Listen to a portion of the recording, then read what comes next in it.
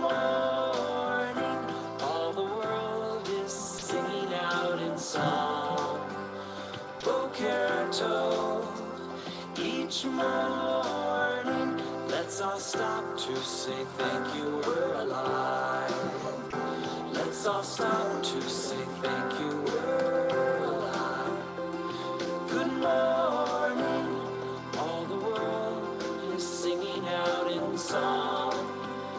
Boker Tov, each morning, let's all stop and say thank you.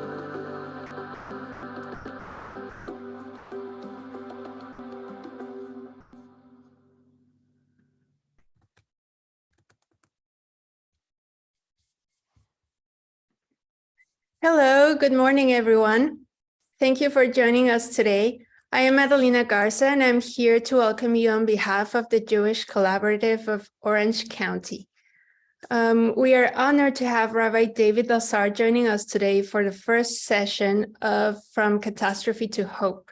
He will guide us in a close reading of the biblical book of Joel in an attempt to understand the circumstances surrounding its composition and how it has been understood over the centuries.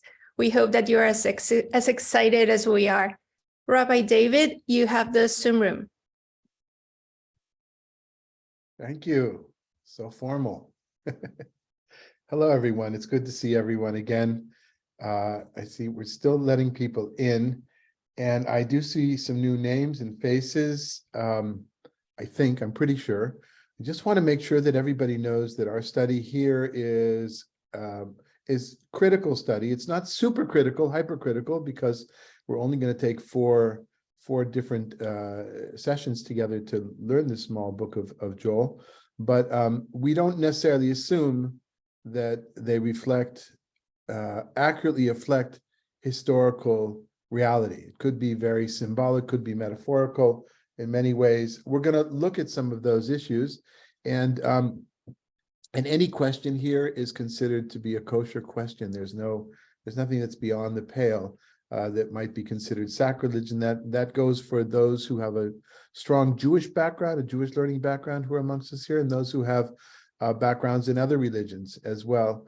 We're going to take a special look, I hope, at how Joel affected the New Testament and rabbinic literature. That'll come in the third meeting. In the fourth meeting, we're going to really focus on what we might do with it, something we haven't done so much in our study together with some of you, with many of you.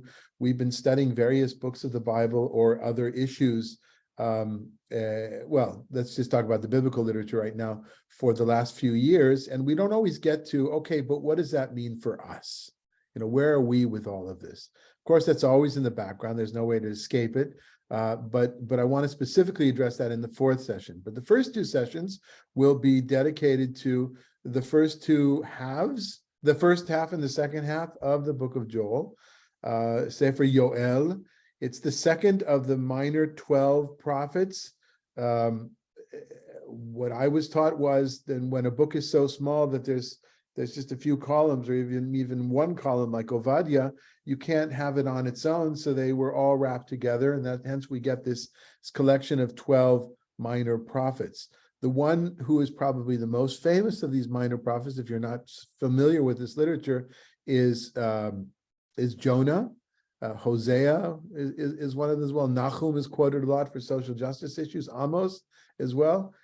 Joel isn't quoted all that much, and I think that's why I was drawn to deal with this book, because it's a little bit mysterious. Is that we don't really know what to do with it. I'm not sure I yet know what to do with it either. This is a work in progress, and the way we're doing it this time is a little bit different. I've given you large sections of text without the verses. I don't think that I really want to dwell on every verse and verse. We'll never get through it that way. This is a different approach to kind of read the poetry as poetry, to see how it affects us, certainly to ask questions about phrases here and there. I've used, as usual, the New Jewish Publication Society translation, which is what most people have, Tanakh, as opposed to the Old Jewish Publication Society, which has a lot of these and thous.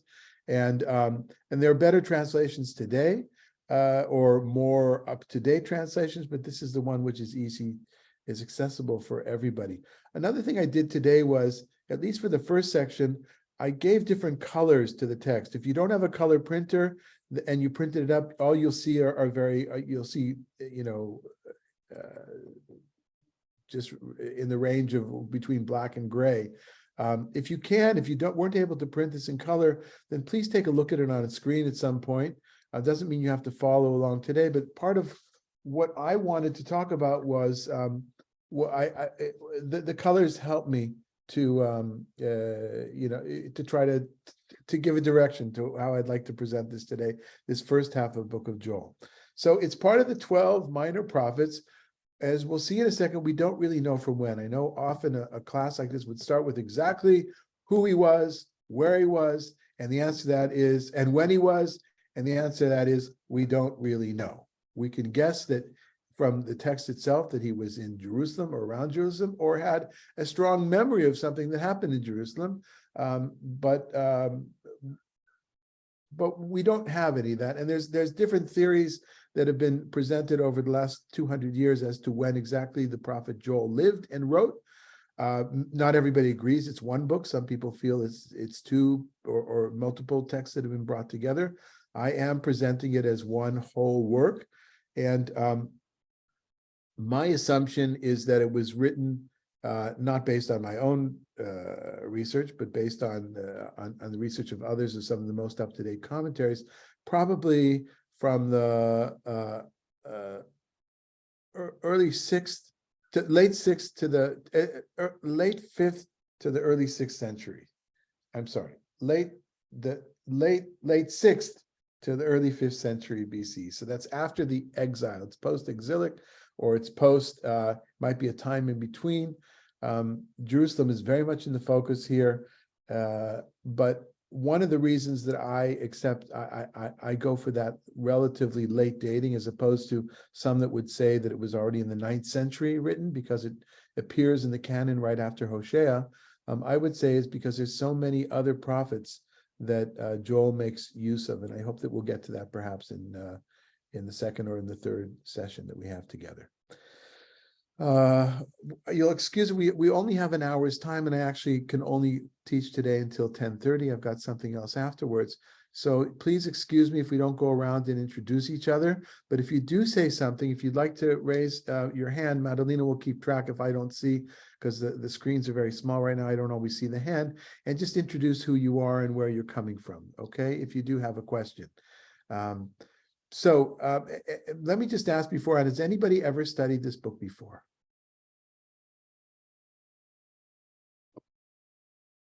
Okay, just to put it in the context of Jewish liturgy, it does appear in a haftarah. I forgot to look up, but I know it comes up in one haftarah. A part of it comes up in one of the haftarot.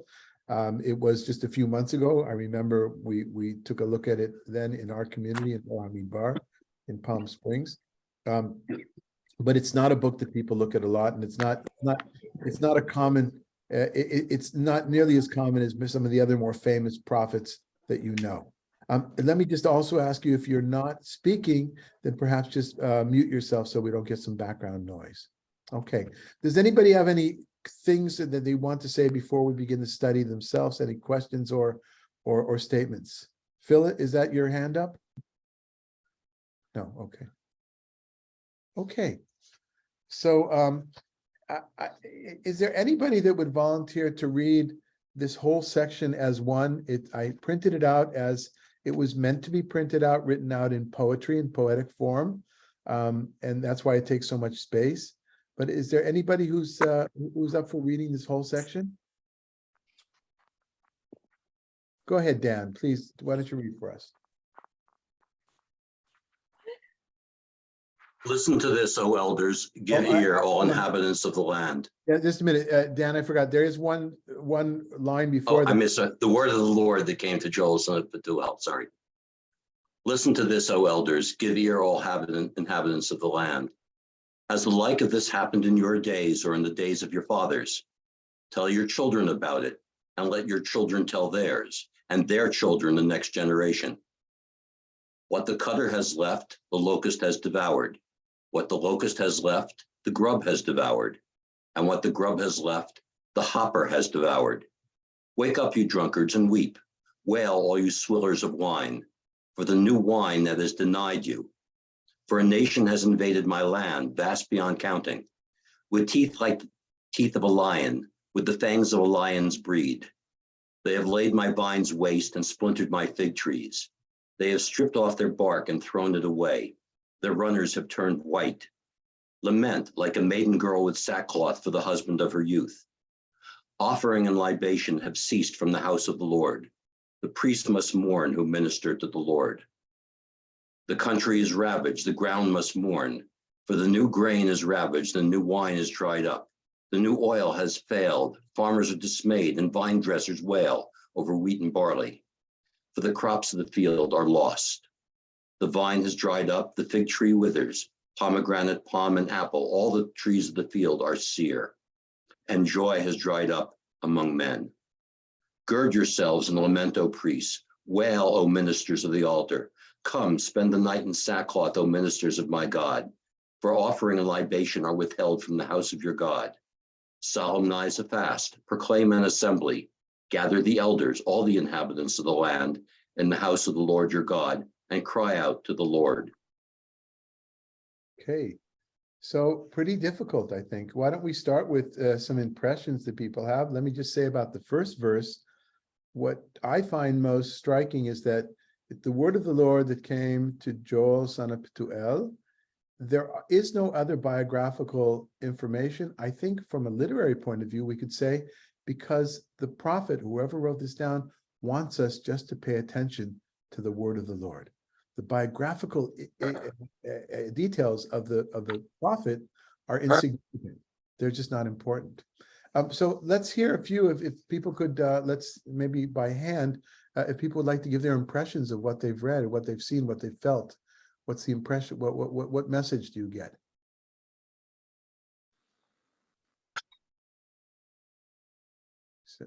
Yeah. Something terrible just happened. What happened? Something terrible. Something an invasion. terrible. Right. Okay. Don DeRoss. A total disruption of a way of life. All right. I mean, the definition of catastrophe. Someone else? Yeah, it's like now. It's the world, the climate change. This could be a lament for us. Right. And I will tell you, that's one of the reasons that I chose Joel, because of the environmental issue. That's why I'm beckoned. I studied it once in university in the 80s and really haven't gone back to it since. But that is one of the reasons I was so struck by this. But we're gonna talk more about that in the fourth session. You know, what does this text mean to us, and perhaps even pluck out certain verses. Others?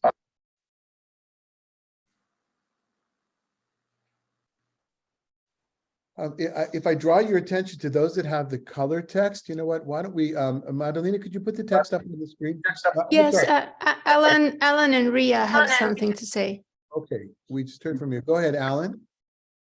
Yeah, I just wanted to point out the environmental issues do ring true, because the response to an environmental disaster, for lack of rain, is to fast.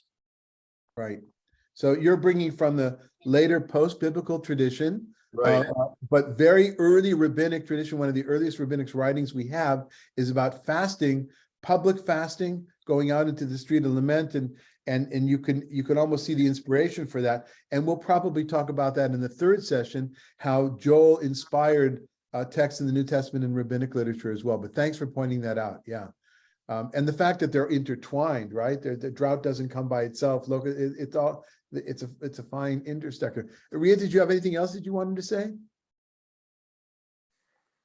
No. Okay. Madalena, could you put the text up on the screen? The reason I did this for those that weren't able to print in color is that it seemed to me that there were groups of words here that had things in common. And the first one is the prophet. He doesn't turn. He turns to the different aspects of the family, of the elders, the fathers, the children, the next generation. And then he goes, so that's what's in red or whatever that color is there. And then in orange, there's a very, very detailed account of 4 different kinds of locust. If it's 4 different kinds or 4 different stages or exactly, that's been debated for hundreds and hundreds of years. To me, I'm less interested in the scientific aspect of it, but the devastation is clear. We had this happened, and just when this happened, that happened, and when that happened, and that happened, and it just never ended. And the call of the prophet to wake up and react to this, because you are drinkers of wine, is as if you're drunk. And that gives him the possibility of moving into the next area of discussion topic, which is agricultural products of the land, wine, the land, vines, fig trees. And then if you could push up the text a little bit, that's the bottom. Okay, then we get to the blue, that's fine. And then the blue brings us into a different area. The prophet was speaking to the families about the natural disaster, catastrophe, and the impact it had on the agriculture, the growth, the agricultural growth of the fields, the trees, and then only then he turns to the house of the Lord, to God, to the temple and to the priests. The offerings and libations, they've ceased as well.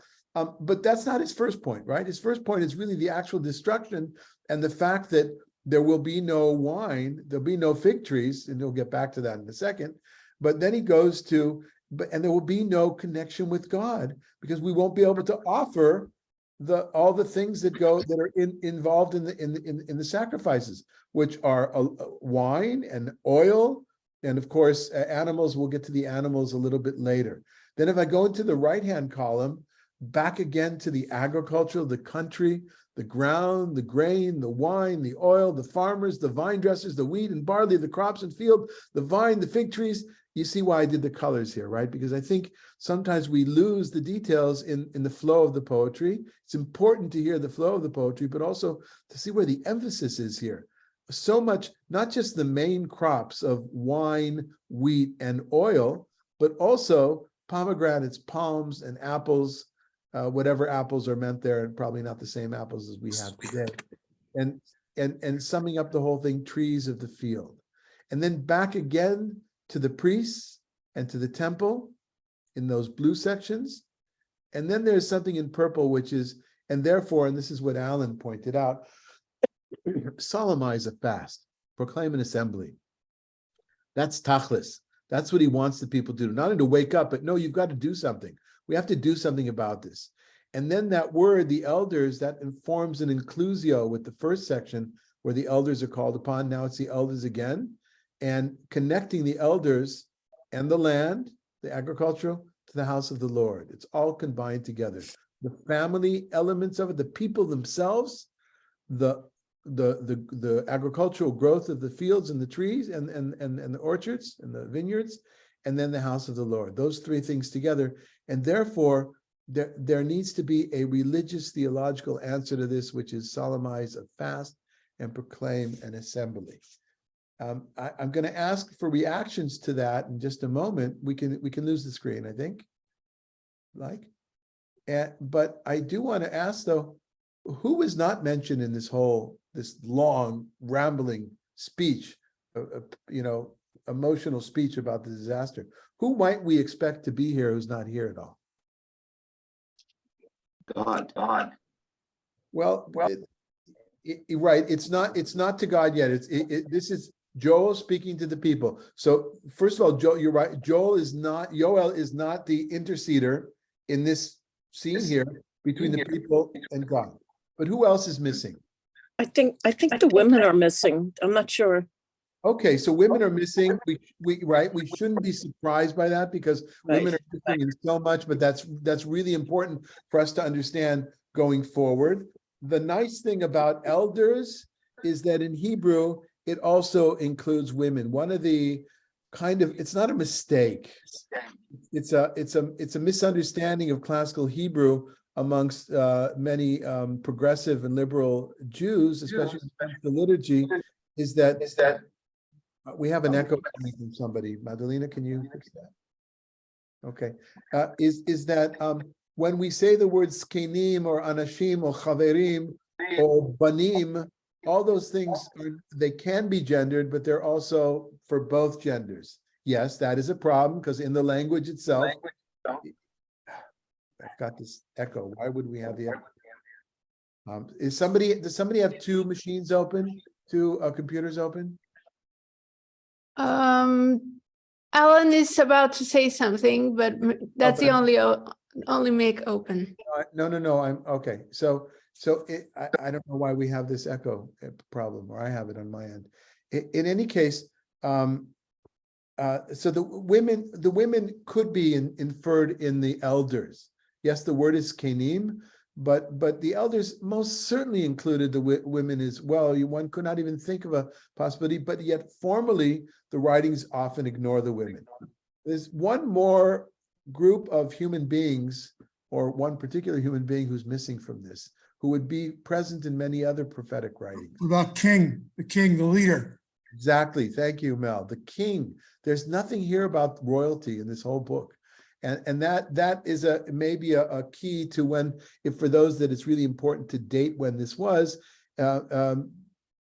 that's most probably that's why one would say it's post-exilic, right? It's after the time of the fall of the house of David. Some people make it as late as the 2nd century. I don't think that's the case. And then you do have kings. You have the Maccabean kings, the Hasmoneans, for those years, but there's no king that's addressed here. Well, and it's the prophet, the people, the priests are addressed here. So that infers that probably there was some sort, either it infers that the temple was up and running to some extent, or it may just reflect a memory. But if it's just the memory does not include the kings. What we do with that, I don't know yet. I think maybe I'll have something to say about that in the 4th session when we talk about what this text means to us. All right. Now, I think, Alan, you wanted to say something, correct? I'm just going to say king or somebody appointed the role they have to play care of the return. Okay, I didn't get any of that because I had an echo. Madalena, could you have a suggestion? I was reiterating a political leader, such as king or an appointee, which after the return, if that's the time period. Right. So what Alan is referring to is a time when there were appointees from the various governments. That belongs to the study of Ezra and Nehemiah, and it's a little bit outside. And what I know from my studies is that there's a lot of speculation. We just don't know, and it could be in some circles that there were these government officials who were important. But what is important here, and I think that's perhaps what you meant, Alan, is that for Yoel, he's not important. Whoever that government official was, or if there was anybody left over from the royal family, they're not important here. And I think that might have something to say to us as well. So any reactions to that kind of schema or that collecting of different groups that I brought out through the colors, or something else that we missed that or anything?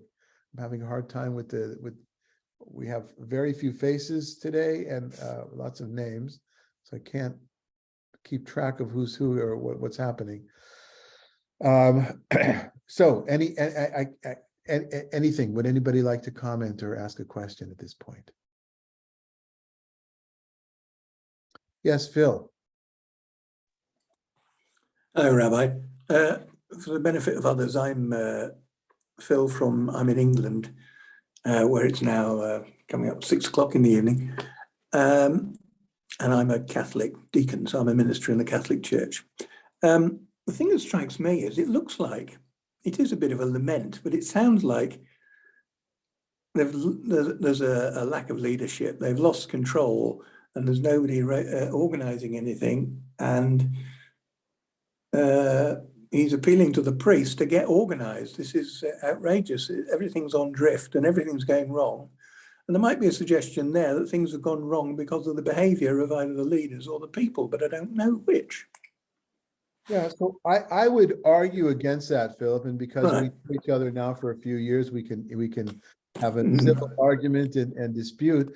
I would say, to my mind, it's the elders who are being called upon. The priests are in there, but they don't seem to be the major focus of what's happening. But that's because of the literary structure of the inclusio of having inclusio is when you have one thing or one word or one cluster at the beginning of a section and one that shows that's the end of a literary unit.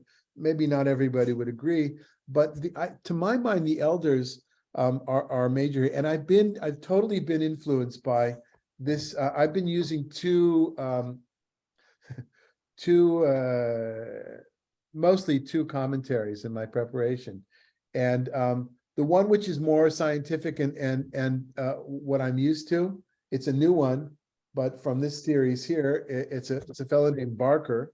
It's relatively new, but this one is very new, and this is very, very different from me. This is a commentary, a pastoral and contextual commentary by Joseph Tu Shao and Rosa Xing Shao. I'm probably mispronouncing their names. Asian American Christians. And the emphasis in this commentary was that as Asians, we have a special, we place more importance on elders than much of American society. And that is true. Americans, we don't talk a lot about our elders. We have grandparents that but we don't think of a committee of elders getting together as other more traditional or other societies, cultures around the world do. And so that's awoken me to this fact that perhaps there was a breakdown in the royal kingship and the other governors, and perhaps also because I don't think the focus is really on the priests themselves. They're not being called to act. The people who are being called to act are gathered, the elders at the end, all the inhabitants of the earth in the house of the Lord. Bring the elders into the temple, and not just the priests. I'm reminded of the Acts of the Apostles as well, where the elders seem to have quite a bit of say in, at least from a Jewish point of view, not just the priests. We hear it's a reflection of whoever wrote the Acts of the Apostles of that particular time. The elders kind of got a little bit lost in our Jewish tradition, right? Rabbis took their place. Before that, priests and kings were in place. So there are stories in the Torah that emphasize the elders, and perhaps that we perhaps another time. I'm not well prepared on that yet, but that's my feeling. That would be my argument against what you said, Phil. Do you have a reply to that, or? No, Rabbi, I defer to your greater knowledge. No, Don DeRosa, and then I think I'm going to look and see this colleagues as well. So priests are missing. So just one more thing, Diane, the priests are in blue. They're you'll see at the bottom of the first column, the priests must mourn. Those who minister to the Lord, that's another way of saying priests. And then in the latter part of the right-hand column, O ministers of the altar, ministers of my God, offering and libation, that refers to the priests, I think. Okay. Yes, Don, go ahead. Now you've got to unmute first. Don DeRoss from Suffield, Connecticut. I don't know where I read this, but the plague of the locusts could have been thought of as a metaphor for marching armies and the destruction that they cause as they pass through locations. Right. So that for that reason, Don, for that interpretation, some people feel that the proper place to date Yoel is in the period of the destruction of the Babylonians of Jerusalem, and that the locusts are just a simile or a metaphor. I'm not, there's others in the group here who are far understand the English language and literature better than I do. I remember we had to know the difference between simile and allegory and metaphor when I was in school at some point. I no longer remember those differences, so I'm going to mix them up. And if it's important to correct me, I know that in the text here, it goes from, if it's, when you say something is as something else, that's a simile, right? Like or as. I think, yeah, just a minute, Ria. And then it flows into metaphor as well. So many commentaries had said, Don, that this is a metaphor for that. My own feeling is that it feels to me like this is, because there's so much emphasis on the agriculture, that this is a plague of locusts. I experienced once locust in my life. It was pretty scary, and I wasn't a farmer, and we were out in the field doing maneuvers in the Judean desert in tanks, and it was pretty bizarre. You see a cloud coming through you, and then we just all got in the tanks and closed the hatches. So and then you could see afterwards that the foliage had been eaten away, and that was only one wave. When this happens time after time, all you have to do, folks, is just Google locusts in the world, in Africa and places there. It's horrible, horrible destruction. Something that I don't think we really know here. We know more weather destruction. Ria, please. So I was thinking, getting back to the elders, that biblically, in Torah, so Moses has to get judges. And I always think of judges being the elders to help him rule. And then you get Deuteronomy, which is focused on the priests and the rule of the priests. So there's a tension between who's in charge. And then don't get a king, yes, get a king, and all. So I guess you could trace these three different concepts going through the literature, but this is getting rid of the priests and getting rid of the kings, as you said. So, Yeah. And being old, I like the idea of the elders running stuff. So Yeah, I would say there's actually four groups. The three main groups and now we're taking a step back for all of Hebrew biblical literature. The three main groups that you often hear talked about are the prophets, the priests, and the kings, right? That's from all biblical literature. In the Torah itself, there's the prophet who's like a king, that's Moses, and Aaron, who's the priest.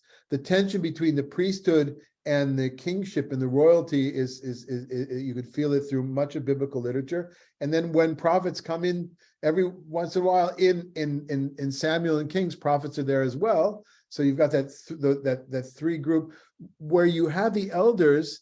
And that's what I said. I wasn't prepared. I know about the elders in the Torah literature. What I think I would like to do is to take out all the places where the Skenim show, and in some cases the Skenim were made into government, right? But that seems to be a category unto itself, which still survives in the time of Yoel. And that's what's important here. And Ria, this would be most complimentary to you seeing yourself as an elder, or many of the folks here seeing ourselves as elders, is that Yoel at a late date in the development of biblical literature is saying, these formal professions, they're fine, the priests, but they're not working right now. We need it based in the family. We need far more in the family. We're kind of jumping to the fourth meeting that I've got planned about what this means to us. But those that have studied with me, my curriculum with the lesson plans never happens the way I plan it. Right? I plan it mostly because Rabbi Marsha says, "Could you give it, break it down into different meetings?" So yeah, to my mind, again, I'm influenced by this wonderful commentary, which was written recently, like during the pandemic. And I haven't gotten to the second half of the book yet, but what does this mean? Especially like in the pandemic, we're jumping ahead. I'm sorry, I can't resist. But in the pandemic reality, where kids were not going to school, where people were not working where their bosses were, right? Where government was, not in direct contact necessarily with the people.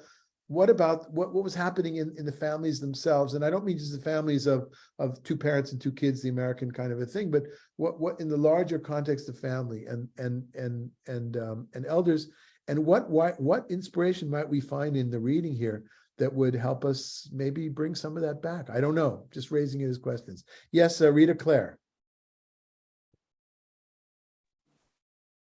My thinking of being an elder is someone that you would respect in the community, someone who you would value his expertise and his opinion, and also be approachable.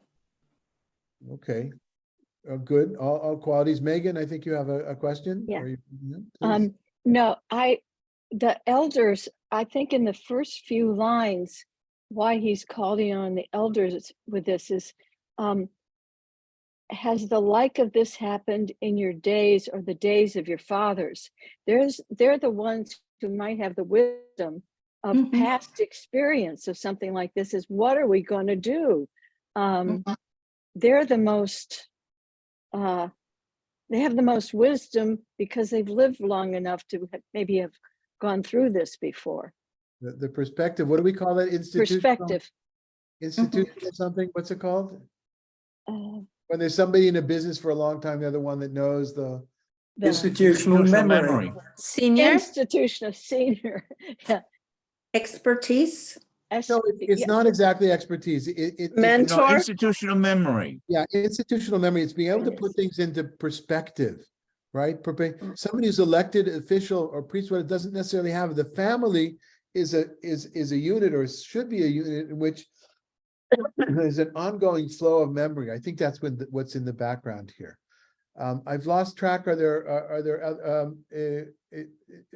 Ria, did we call on you already? I've lost track of where we are with questions.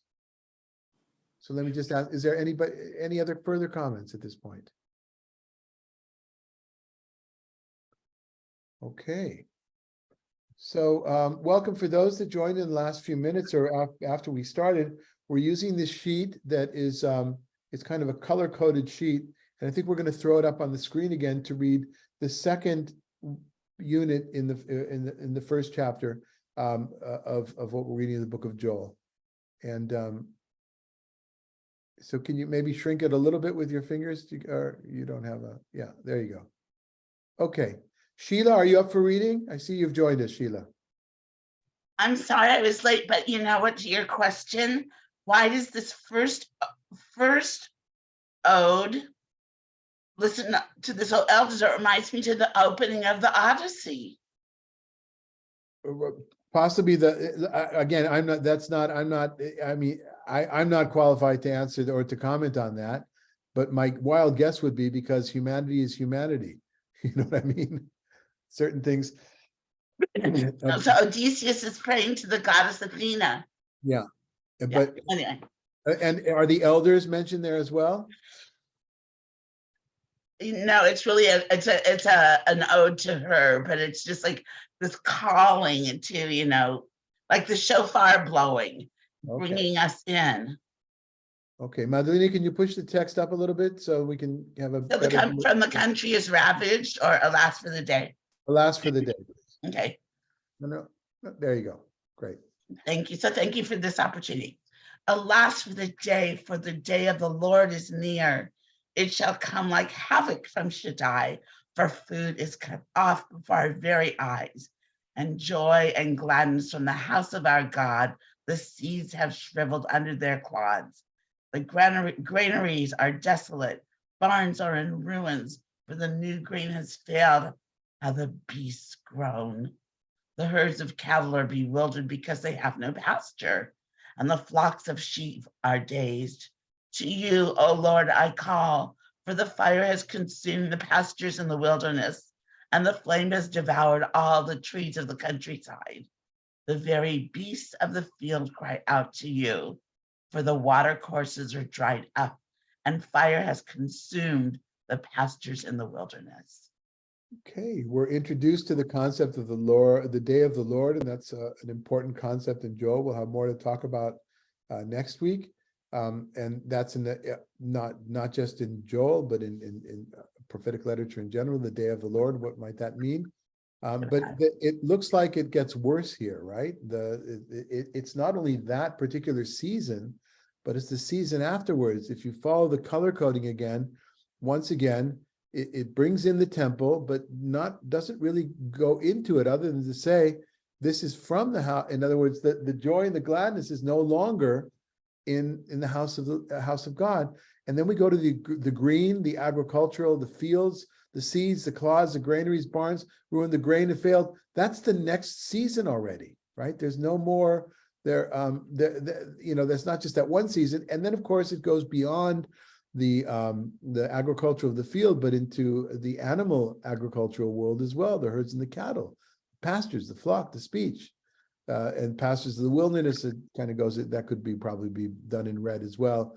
And the water courses are dried up, because once the plants are gone and the trees are barren, whatever, of course, the water doesn't seep into the groundwater. I mean, he knows that already then. They understood that already then, that if there's no place for if there's no greenery, the water can't seep in, and then eventually there will be no water in the wadis at all, or in the pastures of the wilderness.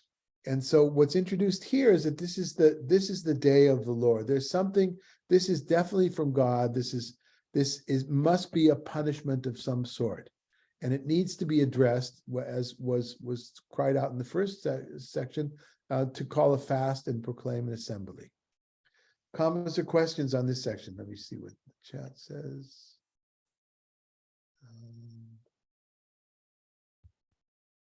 Nothing. Okay, if there's nothing burning, why don't we go on and read the next section then, okay?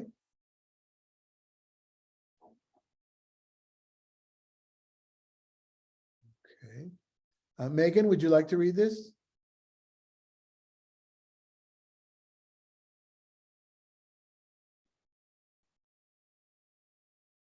Blow a horn in Zion, sound an alarm in my holy mount. Let all dwellers on earth tremble, for the day of the Lord has come. It is close, a day of darkness and gloom, a day of densest cloud, spread like soot over the hills, a vast, enormous horde. Nothing like it has ever happened. It shall never happen again. Through the years and ages, their vanguard is a consuming fire, their rear guard a devouring flame. Before them was like the garden, a desolate waste. Nothing has escaped them. They gallop like steeds, and the clatter of chariots, they bound on the hilltops with a noise like a blazing fire, consuming straw, like an enormous horde arrayed for battle. Peoples tremble before them, all faces turn ashen. They rush like warriors, they scale a wall like fighters, and each keeps to his own track. Their paths never cross, no one jostles another. Each keeps to his own course, and should they fall through a loophole, they do not get hurt. They rush up the wall, they dash about the city, they climb into the houses. They enter like thieves by way of the windows. Before them earth trembles, heaven shakes, sun and moon are darkened, and stars withdraw their brightness. And the Lord roars aloud at the head of his army, for vast indeed is his host. Numberless are those that do his bidding, for great is the day of the Lord, most terrible. Who can endure it? It does sound like locust. All right, so let's we'll keep the text for just a second. Don mentioned beforehand, maybe the locusts are just a metaphor for soldiers, because look how much. But it actually, I think the approach that I'm convinced is it's the exact opposite. In other words, while in the first part that we read, the locusts are described as locusts and all the damage they do, and they're a simile. In the first part of this, they're as this and as that, like that. Then it turns into metaphor, where this is them, and all the language that is used is army war language of soldiers, right? Some of you may be wondering about that line in the second column, about a third of the way down, and should they fall through a loophole? Yeah, I was stumbled by that as well. There's a debate over many hundreds of years of commentaries, whether it means should they fall upon swords or weapons. That's the traditional Jewish way of understanding it. But a more modern, according to what we know in language, is should they fall through the cracks, a loophole, another loophole. We all know the meaning of loophole as something having to do with taxes or other laws. But a loophole, an older English meaning, is the slit in the wall where the archers can shoot from. And so somehow getting through that, but it's gone from talking about locusts to talking about people. But of course, I would say the whole thing means that that it is a locust. And then of course, when the sun and the moon are darkened and the stars withdraw their brightness at the end of the right-hand column, that, dark is, this is the day of doom, and indeed, the day of the Lord, most terrible, who can endure it? So why don't we take the text away for a second and welcome some comments on this section.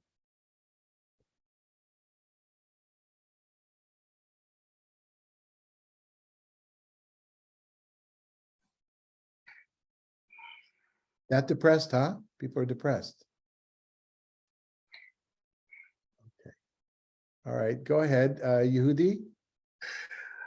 I think we have to compare this to the locust plague of Egypt, and there it made it very clear that the locust made the sky get dark.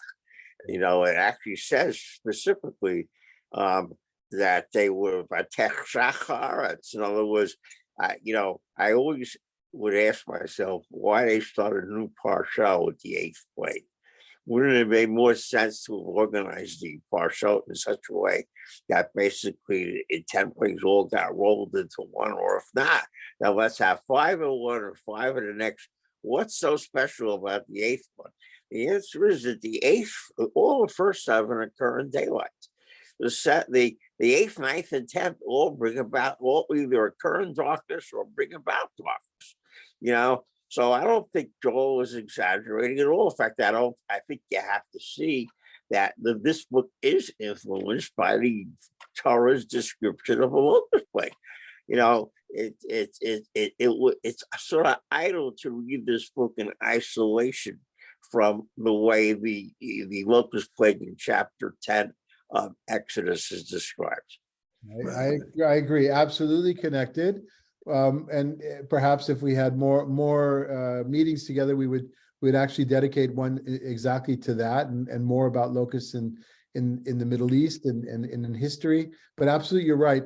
I never thought of that the last 3 are in darkness. It never occurred to me that that's why perhaps it was divided that way. I do know that from my childhood, I remember the first gematria I think I ever learned was Parshat Bo, Bet Aleph equals 3. That the 3 last plagues are in that parsha. That's neither here nor there. But a good point. But Yehudi, that's a really good point. We cannot read really anything. I was taught you can't read anything in biblical literature without reading the rest of biblical literature. We just don't have time to do it all. There's so much inner biblical intertextuality, and one of the things that places Yoel in a later date as opposed to 9th century, right after Hosea, that some of the early commentators did, is that he uses so much from different prophetic prophets, from prophets, from Torah literature. So it probably was after those things had already been not canonized, but already settled on. Phil, please go ahead. Yes, well, I agree with Yehudi. It certainly struck me as this is being the day of judgment. This is the day of the Lord. Even to the extent, I'm calling on my Christian heritage in the book of the Apocalypse. This sounds very familiar, the 4 horses of the Apocalypse. And it also, again, echoes the plagues of the Exodus. So that's what struck me. Yeah. One of the things that I was taught as far as the plagues, in a way, it's undoing of creation. It's a way of undoing of creation. If the ultimate act of chesed of God was to create the world, the drawing back of that chesed is to uncreate, is to destroy, but for things to go. So it's not only the destruction of the crops, but even the sky goes dark, right? Of course, we could say that's because of the clouds of locust, right? And it's mixed, it's intermixed, it's all mixed together. But that's undoing of the creation of light in some ways. Don.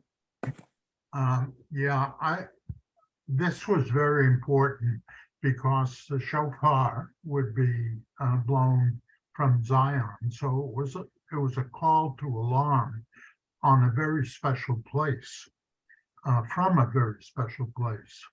And I think, and I can't remember, but there's a section in Acts where Peter talks about this during Pentecost. I'm not sure the connotation is the same as it is in this verse. So I'll let you, you have until Thursday to look that up, and we can revisit it in our Acts group as well. For some of you that are, they're overlapping of many groups in this group. Some of you are new, and there's the Jewish Collaborative of Orange County, which is organizing this, and many people are from Orange County, California, or from other parts of the United States and connected to Rabbi Marcia Tilchin and the wonderful work she's been doing over the last few years. There are folks from Or Hamidbar, which is a congregation in Palm Springs in the Coachella Valley in California, with also people from different parts of the world. There is overlap with a group of Christians and Jews that study every Thursday the Acts of the Apostles together. There's a group that studies on Wednesdays the Torah, not the Torah portion, but we're going through the Torah piece by piece. We're in the middle of Deuteronomy now.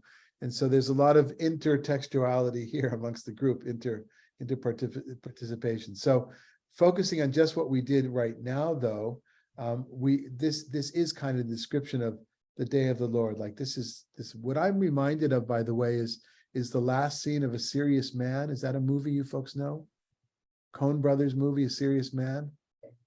It's very like Joe. He's a Jobian character, but the last scene is this tornado coming or something like that. It's like, yeah, I think that, and for those of you who have experienced that kind of horrible extreme weather, you can feel this in your bones as well.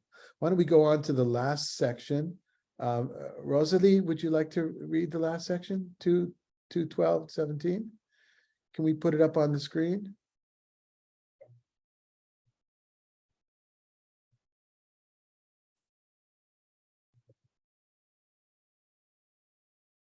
Is that starting with yet?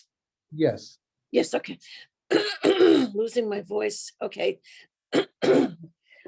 Yet, even now, says the Lord, turn back to me with all your hearts, and with fasting, weeping, and lamenting. Rend your hearts rather than your garments, and turn back to the Lord your God, for he is gracious and compassionate, slow to anger, abounding in kindness, and renouncing punishment. Who knows, but he may turn and relent and leave a blessing behind for meal offering and drink offering to the Lord your God. Blow a horn in Zion, solemnize a fast, proclaim an assembly, gather the people, bid the congregation purify themselves, bring together the old, gather the babies and the sucklings at the breast, and the bridegroom come out of his chamber, the bride from her canopied couch. Between the portico and the altar, let the priest, the Lord's ministers, weep and say, "Oh, spare your people, Lord. Let not your possession become a mockery, to be taunted by nations. Let not the people say, where is their God?" Okay, well, finally, we have a specific mention of a woman, right? There's a bride. Right. That's for you. That's why you got this section. So again, we go back to the color coding. That this is just my interpretations, but the fasting, the weeping, the lamenting, the solemnizing, the fast, the blowing of the horn, of the shofar, the assembly, the gathering the people, all these are operational detail. This is what Joel says the people need to do. They can't just experience, they don't just pray and say, "Oy vavoy, this is happening." Just they've actually got to do some things here. It's gathering the people. There's a fast involved. There's blowing a shofar. Yes, this is a form of lamenting. It's a form of prayer, but there's action that needs to be done. The action includes, at the end of this section, yes, there are the priests in the blue here, right? For the meal offering, the drink offering, or between the portico and the altar on the right-hand side, if you look at the blue sections. But again, I focus on the old, the babes, the sucklings, the bridegroom, the bride, the elders, the ganze mishpocha. The entire family is called to act in this way. And to me, that's whether that's unique in biblical literature. We can lose the text now, please. Whether that's unique. Madalena, can we just have the basis text? Whether it's unique or not, I can't tell you in biblical literature, but it does stand out. So much of the pleading is to kings, is to individuals. But to plead, the addressee of this pleading of we have a problem here. The way we're going to get out of it is the family. I see a lot of the family here, or at least something I'd never seen before. And yes, I'm totally influenced by this new commentary that I bought. By the way, for some of you know, I was fortunate to go to the Society of Biblical Literature conference convention in Denver a few months ago. And so, of course, I was able to see all sorts of new and updated commentaries, some of which I could afford to buy, some of which I couldn't afford to buy and schlep home or order, that I hope will bring us my teaching a little bit more up to date with what's happening in academia, because a lot of the stuff I know is from the 80s and the 90s, and the state of research changed. Don, did you want to say something? Yeah, just because this follows the previous verses, and I agree with what you said. It's a way out. Whatever the suffering was, and whatever the causality of it was, the way out is doing verses, what's in between verses 12 and 17. And it's communal too. It's not purely individual. It extends even beyond the family. Right. Maybe we can call it familial communal, familial/communal. Yeah. I think this is an important conversation for us to have going forward in this month we're going to spend together. Also because in the United States, sometimes one gets the impression that people of a particular political leaning are more family-centered and oriented, and people who are of another political leaning are less family. And those are gross stereotypes and generalizations. Recently, somebody called me about Friday to ask about our prayer. And as I introduce this course today, if people are from an Orthodox background, I want them to know that this is not an Orthodox approach here. I don't want to offend anybody, but I want us to feel free to study the way we study in the Jewish Collaborative of Orange County and Orem Midbar. But I said to this person, well, we're a liberal synagogue, and of course, what I meant, we're liberally Jewish. And she said, "Why are you telling about your politics?" I said, "You have no idea about my politics. They happen to be liberal, but that's not what we've lost the right to use certain words like liberal and progressive if it's not in a particular, at least in this country. I hope it's different in England and in Mauritius or other people who are represented here. So also the family-centered, family basis. But there's a lot to talk about here. And although most of our community here in Orange County are people living on their own without generations living in the same place, or maybe not living at all, still there's a lot. I think it's an unexplored, relatively unexplored area of thinking. Any final parting questions or words? Yes, Don, something else? Would you be kind enough to put in the chat the books that you were referring to? I don't think I spelled them correctly, nor did I get the full titles of them. You mean the commentaries? Yes. Okay, so we're going to keep, I'm going to put them in. We're going to keep the Zoom open for people to see that. I'll put them in. So stay online, and Madalena, just keep it open until I put them in so people can comment. But go ahead. Any other questions or comments after our study today? Oh, I just have a quick one, Rabbi. In the last reading, were women, I don't remember, were women mentioned in that towards the end? That was in, I think it was blue. I don't remember.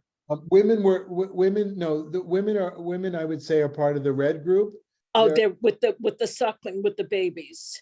And the bride from her. No, the very last reading. Yeah, that was in the last reading. It's in the second column on the right-hand side, see? This section, the babes, the sucklings of the breast, the bride. Yeah. Yeah, this sort of reminds me, I know once I was talking, and it's been years, about the middle of Leviticus, and I don't remember which I don't remember which Torah portion it was.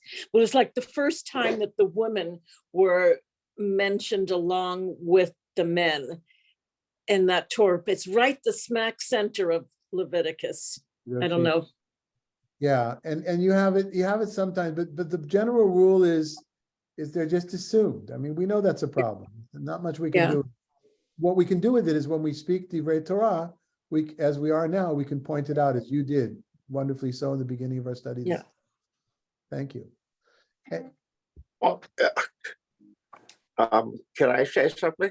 Yes, please. Yeah, I don't think we should always translate the word B'naihem in Tanakh as sons. It's perfectly conceivable that a good deal of time it just means children, and that includes sons and daughters. Yes, I know once in a while I make a point of saying B'naihem, Uvenotehem, but that's just if they have more room.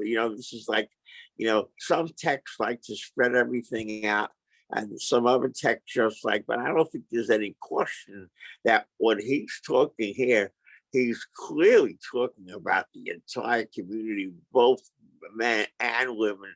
And when he talks about the children, he means both sons and daughters, because when he's inviting everybody to fast and everybody to come, to blow the horn, because the day of the Lord is coming, which is really the day of judgment, that I don't think any question if he's just talking about babes and suckling of their breast. He's certainly talking about female children, young adults, and all the other females in the community. Thank you. You don't have to find a specific Okay, female word. All right, so Yudi, thank you. I actually mentioned that before you came on the Zoom call, that very often the plural is only in the Zachar, is in the male, but let's leave that. Let's continue and continue to be. It's good to bring up these issues because when many women today, Yudi, hear this and they know Hebrew, they only hear the male side of it, and that's something we need to at least be sensitive to. Even though I agree with you that that's not the intention. I'm sorry I've got to cut it short, but I've got to get to another meeting now. Thanks for being here. I hope I see you. Is it next week or in 2 weeks? We're doing it. On the 23rd. Right, next week is Martin Luther King Day, so we decided that many people have other things going on. So see you on the 23rd, and if you want to read ahead the second half of the book, I welcome you to do so and come prepared with questions. Thank you all for coming. See you then. Bye-bye.